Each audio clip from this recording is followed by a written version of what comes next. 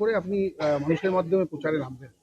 সবকা সাথ সবকা বিকাশ, সবার সঙ্গে সবার উন্নতি, যেটা আমাদের যশস্বী প্রধানমন্ত্রী বলেন, আমিও সেটাও আমার মূল লক্ষ্য বলতে পারেন, যে সবাইকে নিয়ে চলবো।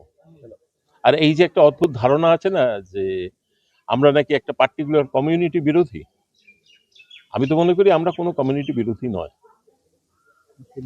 একদমই। আমি কোনো নাম করে বলছি না, আমরা কোনো কমিউনিটি বিরোধী নয়। যারা প্রকৃত পশ্চিমবঙ্গের তথা ভারতবর্ষের নাগরিক, আমরা তাদের সঙ্গে আছি। বাইরের দেশ থেকে এসে আমাদের অধিকার ছিনিয়ে নেবে, তাদের সঙ্গে থাকাটা বোধহয় অন্যায় হবে না আমাদের দেশের লোকের সঙ্গে?